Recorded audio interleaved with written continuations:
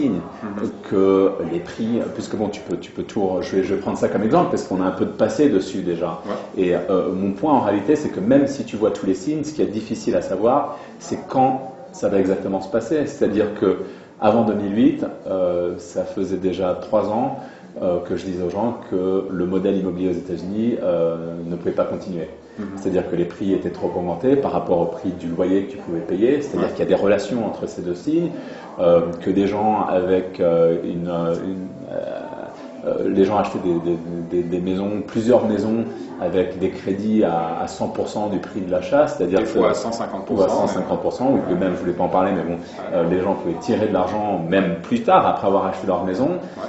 Et donc tu voyais aux États-Unis des gens qui gagnaient 30 40 000 dollars, c'est-à-dire de classe moyenne, vivre en réalité du crédit qui leur avait été créé magiquement en réalité d'une façon ou d'une autre sur l'immobilier.